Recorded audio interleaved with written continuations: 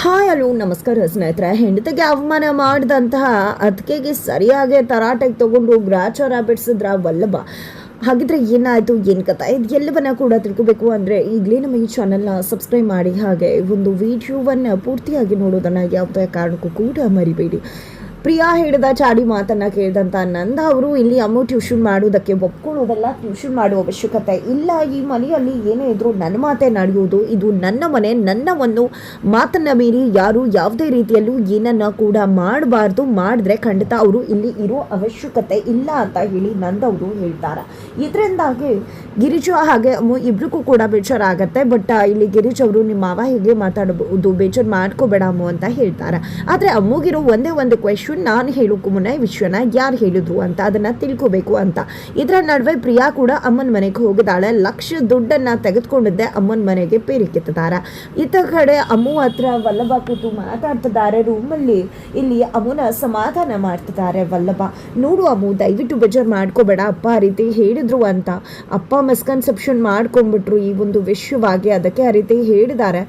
ಬಿಟ್ಬಿಡು ಟ್ಯೂಷನ್ ಮಾಡುವ ಆಸೆಯನ್ನ, ಇದು ಅವ್ರ ಮನೆ, ಅವ್ರು ಹೇಳಿದಾಗ ನಡಿಬೇಕು ಅಂತ ಕೂಡ ಹೇಳಿದ್ದಾರೆ. ನಾವು ಅವ್ರ ಮನೇಲಿ ಇದ್ದೀವಿ, ಹಾಗಾಗಿ ನಾವು ಸುಮ್ಮನಿರುವುದೇ ಒಳ್ಳೇದು ಅಂತ ಹೇಳ್ತಾರೆ. ಅದು ಕೂಡ ವಲ್ಲಭ, ನನಗೆ ಎಷ್ಟೆಲ್ಲ ಆಸೆ ಇಟ್ಕೊಂಡಿದ್ದೆ ಗೊತ್ತಾ ಟ್ಯೂಷನ್ ಮಾಡಬೇಕು ಅಂತ, ಅದರಿಂದ 2,000 ರೂಪಾಯಿ ಬರ್ತಿತ್ತು, ಬಂದಿದ್ದಿದ್ರೆ ಅದು ನಿನಗೆ ಸಹಾಯ ಆಗ್ತಾ ಇತ್ತು, ಆಗ ನಿನಗೆ ಒತ್ತಡ ಕೂಡ ಕಡಿಮೆ ಆಗ್ತಿತ್ತು ಅಂದಾಗ ಏನಮ್ಮ ಮಾತಾಡ್ತಿದ್ದೆ. ಅವತ್ತು ನೋಡಿದ್ರೆ ಈ ವಿಷಯವಾಗಿ ನಾನು ಟ್ಯೂಷನ್ ಮಾಡ್ತಿಲ್ಲ, ನನಗೋಸ್ಕರ ಮಾಡ್ತಿದ್ದೀನಿ ಅಂತ ಹೇಳಿದೆ. ಇವತ್ತು ನೋಡಿದ್ರೆ ನೀನು ಮಾಡ್ತಿರೋ ಟ್ಯೂಷನ್ ಯಾವ ಉದ್ದೇಶಕ್ಕೋಸ್ಕರ, ಈ ಉದ್ದೇಶಕ್ಕೆ ಅಂತಾನೆ ನನಗೆ ಹೆಲ್ಪ್ ಮಾಡಬೇಕು ಅಂತ ವಲ್ಲಭ ಹೇಳಿದಾಗ, ಹೌದು ವಲ್ಲಭ, ಅವತ್ತು ಹೇಳಿದ್ರೆ ನೀನು ಬೇಡ ಅಂತಿದ್ದೆ ಅನ್ನೋ ಕಾರಣಕ್ಕೆ ನಾನು ಹೇಳಲಿಲ್ಲ ಅಷ್ಟೇ. ಅದ್ರ ಜೊತೆಯಾಗಿ ಕೂಡ ನನಗೆ ಟ್ಯೂಷನ್ ಮಾಡೋದು ಇಷ್ಟ ಆಗುತ್ತಾ ಅಂದಾಗ, ಪರವಾಗಿಲ್ಲ ಬಿಡು, ನೀನು ಕೊಡು 2,000ದಿಂದ ಕಷ್ಟ ತೀರೋಗ್ತಿತ್ತಾ ಅಂದಾಗ, ಇವತ್ತು 4 ಮಕ್ಕಳು, ನಾಳೆ 40 ಮಕ್ಕಳು ಬರ್ತಾ ಇದ್ರು, ನಾಳೆ ಒಳಗಡೆ ಇನ್ನೊಂದಷ್ಟು ದಿನದಲ್ಲಿ, ಆಗ ನನ್ನ ಟ್ಯೂಷನ್ ಚೆನ್ನಾಗಿ ಆಗ್ತಿತ್ತಲ್ವ. ಜೊತೆಗೆ ಮಕ್ಕಳನ್ನ ಕೂಡ ತುಂಬ ಮಿಸ್ ಮಾಡ್ಕೋತಿದ್ದೀನಿ. ಬಂದ ಒಂದೇ ದಿನದಲ್ಲಿ ಮಕ್ಕಳೆಲ್ಲ ಅಕ್ಕ ಅಕ್ಕ ಅಂತ ಹೇಳಿ ಎಷ್ಟೆಲ್ಲ ಚೆನ್ನಾಗಿ ಮಾತಾಡ್ತಿದ್ರು, ನಾನು ಎಷ್ಟು ಹಚ್ಕೊಂಡಿದ್ದೆ.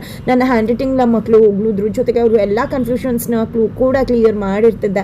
ಎಷ್ಟು ಚೆನ್ನಾಗಿತ್ತು ಗೊತ್ತಾ ಟ್ಯೂಷನ್ಸು. ಆದರೂ ಕೂಡ ಮಾವ ಬೇಡ ಅಂದ್ಬಿಟ್ರು, ನಂಗೆ ತುಂಬ ಬೇಜಾರು ಆಗ್ತದೆ ಅಂತ ಹೇಳಿದಾಗ, ಪರವಾಗಿಲ್ಲ ಬಿಡು ಅಮ್ಮು, ಇವತ್ತು ಯಾಕೆ ಈ ರೀತಿ ಬೇಜಾರು ಮಾಡ್ಕೋತಿದ್ಯಾ, ನಾಳೆ ಚೆನ್ನಾಗಿ ಓದಿ ಒಳ್ಳೆ ಜಾಬ್ಗೆ ಹೋಗು, ಒಳ್ಳೆ ಜಾಬ್ಗೆ ಹೋದಾಗ ಯಾರು ಕೂಡ ನಿನ್ನನ್ನು ಹೋಗಬೇಡ ಅಂತ ಹೇಳೋಕ್ಕಾಗೋದಿಲ್ಲ ಅಲ್ವಾ ಅಂತ ಹೇಳಿ ವಲ್ಲಭ ಹೇಳ್ತಾರೆ. ಆದರೂ ಕೂಡ ನನಗೆ ಹೆಲ್ಪ್ ಮಾಡಬೇಕು ಅಂತ ನಿನಗೆ ಅನ್ನಿಸ್ತಲ್ವ, ಅಷ್ಟಕ್ಕೆ ಥ್ಯಾಂಕ್ಸ್ ಅಂತ ಹೇಳಿ ವಲ್ಲಭ ಕೂಡ ತಿಳಿಸ್ತಾರೆ. ಆದರೂ ಕೂಡ ನನಗೆ ಒಂದೇ ಒಂದು ಕನ್ಫ್ಯೂಷನ್ ಆಗ್ತದೆ ವಲ್ಲಭ ಅಂತ ಹೇಳಿದಾಗ, ಏನಮ್ಮ ಕನ್ಫ್ಯೂಷನ್ ಆಗ್ತದೆ ನಿನಗೆ, ಟ್ಯೂಷನ್ ಮಾಡೋಕೆ ಆಗ್ತಿಲ್ಲ ಅಂತ ತಾನೇ, ಬಿಟ್ಟು ಬಿಡು, ಯಾಕೆ ನೀನೇ ಹೋಗಿ ಹೇಳಿದ್ರೆ ಇಷ್ಟೆಲ್ಲ ನಡೀತಾ ಇರಲಿಲ್ಲ, ನಿನಗೂ ಮುನ್ನ ಬೇರೆಯವ್ರ ವಿಷಯ ತಿಳಿಸಿದ್ದಾರೆ, ಅದೇ ಕಾರಣಕ್ಕೆ ರೀತಿ ಆಗಿದೆ ಅಷ್ಟೇ ಅಂತ ವಲ್ಲಭ ಹೇಳಿದಾಗ, ಅದೇ ನನಗೆ ಕನ್ಫ್ಯೂಷನ್ ಆಗ್ತಿರೋದು, ನಾನು ಹೇಳೋಕ್ಕೂ ಮುನ್ನ ಯಾರು ಈ ವಿಷಯನ ಮಾವನ ಹತ್ರ ತಲುಪಿಸಿದ್ರು ಅಂತ ಅಂದಾಗ, ಈ ಕಡೆ ವಲ್ಲಭಂಗೆ ಗೊತ್ತು ಪ್ರಿಯಾನೇ ನಂದ ಅವ್ರ ಹತ್ರ ಹಿಡಿದು ಅಂತ. ಬಟ್ ಏನಾದರೂ ಇವಾಗ ಹೇಳಿಬಿಟ್ರೆ ಖಂಡಿತ ಪ್ರಿಯಾ ಬಗ್ಗೆ ಅದಕ್ಕೆ ಬಗ್ಗೆ ಕೋಪ ಮಾಡ್ಕೋತಾಳೆ. ಅಮ್ಮ ಹೋಗಿ ಜಗಳ ಕಾಡಿದ್ರು ಕೂಡ ಅಚ್ಚರಿಯಲ್ಲ. ಆಮೇಲೆ ಏನಾದರೂ ಹೆಚ್ಚು ಕಡಿಮೆ ಆಗಿ ಮನೆ ರಣರಂಗವಾಗಿ ಇನ್ನೇನು ಆದರೆ ಏನು ಮಾಡೋದು ಅಂತ ಅಂದ್ಕೊಂಡಿದ್ದೆ. ವಲ್ಲಭ ಸತ್ಯ ಹೇಳೋದಕ್ಕೆ ಮುಂದಾಗೋದೇ ಇಲ್ಲ, ಯಾರೋ ಹೇಳಿದ್ದಾರೆ ಬಿಟ್ಬಿಡು ಅಂತ ಹೇಳಿ ಸುಮ್ಮನೆ ಆಗಿಬಿಡ್ತಾರೆ.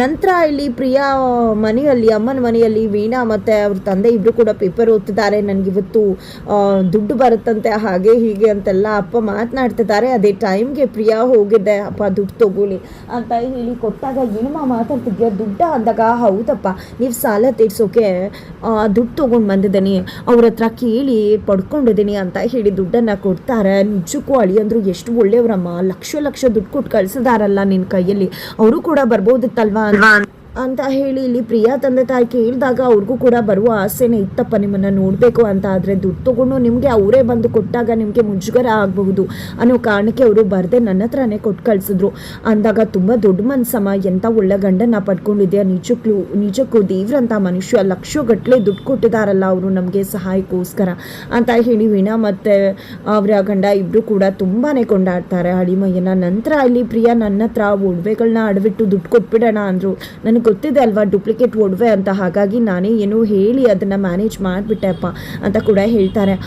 ನಂತರ ಟ್ಯೂಷನ್ ವಿಷಯ ಏನಾಯಿತು, ಹೇಳಿದ್ಯಾ ನಿಮ್ಮ ಮಾವನ ಹತ್ರ ಅಂತ ವೀಣವ್ರು ಕೇಳಿದಾಗ, ಹೇಳಿದೆ ಅಮ್ಮ, ನೀನು ಹೇಳಿದಾಗೆ ಮಾಡಿದೆ ಮಾವ, ಇನ್ನು ಮುಂದೆ ಈ ಮನೆಯಲ್ಲಿ ನಾನು ಕೇಳಿದೆ ಯಾವುದೇ ವಿಷಯ ನಡಿಬಾರ್ದು, ಎಲ್ಲ ನನಗೆ ಆಗಲೇಬೇಕು, ಅಮ್ಮ ಟ್ಯೂಷನ್ ಮಾಡಬಾರ್ದು ಅಂತ ಹೇಳಿದರು ಅಂದಾಗ, ಒಳ್ಳೇದೇ ಆಯಿತು ಕಡೆ, ಆ ಮನೆಯಲ್ಲಿ ಏನೇ ನಡೆಯೋದು ಕೂಡ ನಿಮ್ಮ ಮಾವಂದೇ ದರ್ಬಾರು, ನಿಮ್ಮ ಮಾವನ ಕೃಪಾ ಕಟಾಕ್ಷ ನಿನ್ನ ಮೇಲಿದ್ರೆ ಖಂಡಿತ ಯಾರೂ ನಿನಗೇನು ಮಾಡ್ಕೊಳಕ್ಕೆ ಆಗೋದಿಲ್ಲ ಅಂತ ಹೇಳ್ತಾರೆ.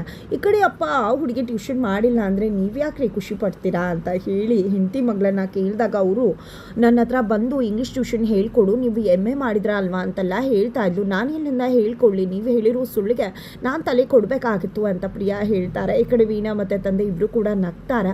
ಆದರೂ ಅಮ್ಮು ಏನು ಅಷ್ಟು ಕಿಲಾಡಿ ಏನಲ್ಲ ಅಂದಾಗ ನೀನು ಅನ್ಕೊಂಡಿರೋದು. ಅವಳು ಎಂಥ ಚೋಟ್ ಮೆಣಸಿನ್ಕಾಯಿ ಗೊತ್ತಾ, ನೀನು ಅನ್ಕೋಬೇಡ, ಅಷ್ಟು ಸಡ್ಡೆ ಮಾಡಬೇಡ ಅವಳನ್ನು. ಅವಳು ಮತ್ತು ವೀಣಾ ಇಬ್ಬರು ಕೂಡ ಸೇರಿಕೊಂಡೆ ಶುಂಠಿ ಬೆಳ್ಳುಳ್ಳಿ ಪೇಸ್ಟ್ ಥರ ಘಾಟ್ ಕೊಟ್ಬಿಡ್ತಾರೆ ಅಂತ ಹೇಳಿ ಹೇಳ್ತಿದ್ದಾರೆ. ಜೊತೆಗೆ ಇಲ್ಲಿ ಪ್ರಿಯಾ ಅಮ್ಮ ಇನ್ನೊಂದು ವಿಷಯ ಅಮ್ಮ, ಅತ್ತಿ ಅಮ್ಮನ ಎಷ್ಟೆಲ್ಲ ಹಾಡಿ ಕೊಂಡಾಡ್ತಿದ್ರು ಗೊತ್ತಾ, ಅವಳು ಜಾಣಿ ಬುದ್ಧಿವಂತೆ ಅಂತೆಲ್ಲ ಹೇಳ್ತಿದ್ರು. ನಂಗೆ ಎಷ್ಟು ಕೋಪ ಬರ್ತಿತ್ತು, ಬೇಜಾರಾಗ್ತಿತ್ತು ಗೊತ್ತಾ, ಅದಕ್ಕೆ ಅವಳು ಟ್ಯೂಷನ್ ಮಾಡಬಾರ್ದು ಅಂತಲೇ ಅಂದ್ಕೊಂಡಿದ್ದೆ ನಾನು ಅಂತ ಕೂಡ ಪ್ರಿಯಾ ಹೇಳ್ತಾರೆ. ನಂತರ ಪ್ರಿಯಾ ಅಪ್ಪನ ಮನೆಯಿಂದ ಗಂಡನ ಮನೆಗೆ ಬರ್ತಾರೆ. ಬರ್ತದಾಗೆ ವಲ್ಲಭನ ಜೊತೆ ನಿಮ್ಮ ಜೊತೆ ಮಾತಾಡಬೇಕು ಅಂತ ಪ್ರಿಯಾ ಹೇಳ್ತಾರೆ. ನಾನು ನಿಮ್ಮ ಜೊತೆ ಮಾತಾಡಬೇಕಿತ್ತು ಅಂತ ಹೇಳಿ ವಲ್ಲಭ ಕೂಡ ಹೇಳ್ತಾರೆ. ನೀವೇ ಆದರೂ ಅಮ್ಮಗೆ ಹೇಳ್ಬೋದಿತ್ತಲ್ವ ಟ್ಯೂಷನ್ ಬೇಡ ಅಂತ, ಮಾವನ ಮನಸ್ಸಿಗೆ ಬೇಜಾರು ಆಯ್ತಲ್ವಾ ಅಂತ ಪ್ರಿಯಾ ಹೇಳಿದಾಗ, ಇಲ್ಲ ಅದಕ್ಕೆ ನಾನೇ ವಿಷಯ ಮಾತಾಡಬೇಕು ಅಂದ್ಕೊಂಡೆ, ಬಟ್ ಬೇಡ ಅಂತ ಸುಮ್ಮನಿದ್ದೆ, ನೀವೇ ವಿಷಯ ಎತ್ತಿದ್ರಲ್ವ ಅದಕ್ಕೋಸ್ಕರ ಹೇಳ್ತದಾನೆ. ಇಲ್ಲಿ ಅಮ್ಮನೇ ವಿಷಯ ಹೇಳಿದ್ರೆ ಇಷ್ಟೆಲ್ಲ ತಾಪತ್ರಯ ಆಗ್ತಾ ಇರಲಿಲ್ಲ, ಒಬ್ಬರ ಬದಲಾಗಿ ಮತ್ತೊಬ್ಬರಿಂದ ವಿಷಯ ಹೋಯ್ತಲ್ಲ, ಅದಕ್ಕೆ ಇಷ್ಟೆಲ್ಲ ದೊಡ್ಡದಾಗಿದ್ದು.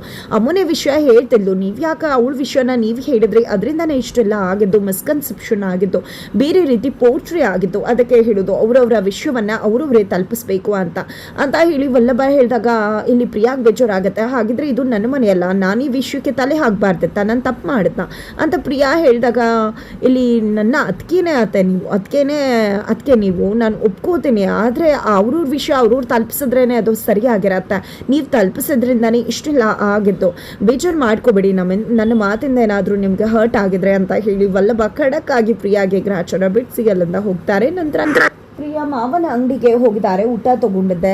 ಊಟ ಮಾಡ್ತಿರ್ತಕ್ಕಂಥ ನಂದವರು, ಪ್ರಿಯಾ ತುಂಬ ಚೆನ್ನಾಗಿ ಹೊಂದ್ಕೊಂಡಿದ್ಯಮ್ಮ ಮನೆಗೆ, ತುಂಬ ಚೆನ್ನಾಗಿ ಅಡುಗೆ ಮಾಡಿದ್ಯಾ ಅಂತೆಲ್ಲ ಹಾಡಿ ಹೋಗ್ಲಿತ್ತಿದ್ದಾರೆ. ಆದರೂ ಮಾವ ಅತ್ತೆಗೆ ನನ್ನ ಬಗ್ಗೆ ಬೇಜಾರಿರ್ಬೋದು, ಅತ್ತೆ ನನ್ನ ಬಗ್ಗೆ ಸ್ವಲ್ಪ ಗರಂ ಆಗಿ ನಡ್ಕೋತಾರೆ. ಮೊನ್ನೆ ಕೂಡ ವಲ್ಲಭಂಗೆ ಊಟ ಬಡ್ಸೋಕೆ ಹೋದಾಗ, ಬೇಡ ನೀನು ಇನ್ನೊಬ್ರು ವಿಷಯಕ್ಕೆ ತಲೆ ಹಾಕಬೇಡ, ನಿನ್ನ ಹೊಸಾಬರಿ ನೀನು ನೋಡ್ಕೊ ಅಂತ ಹೇಳಿಬಿಟ್ರು ಅಂದಾಗ ತಪ್ಪು ತಿಳ್ಕೊಬೇಡಮ್ಮ, ಅವಳು ಹೆಂಡತಿನೇ ಊಟ ಬಡಿಸ್ಲಿ ಅನ್ನುವ ಆಶಯ ಇರತ್ತೆ. ಜೊತೆಗೆ ಬೆಳಗ್ಗೆಯಿಂದ ರಾತ್ರಿ ತನಕ ದುಡಿತಾನೆ ಇರ್ತೀಯ, ನಿನಗೂ ಕೂಡ ರೆಸ್ಟ್ ಇರಲಿ ಅಂತಾನೆ ಗಿರಿಜಾ ಆ ರೀತಿ ಹೇಳಿರೋದು. ನಾನು 31 ವರ್ಷ ಅವಳ ಜೊತೆ ಸಂಸಾರ ಮಾಡಿದ್ದೀನಿ, ಅವಳು ನಿನ್ನ ಅನ್ಕೊಂಡಾಗಲ್ಲ ಅಮ್ಮ ಅಂತ ಹೇಳಿ ಗಿರಿಜಾ ಅವರ ಬಗ್ಗೆ ನಂದವರು ಹಾಡಿಕೊಂಡಾಡ್ತಾರೆ.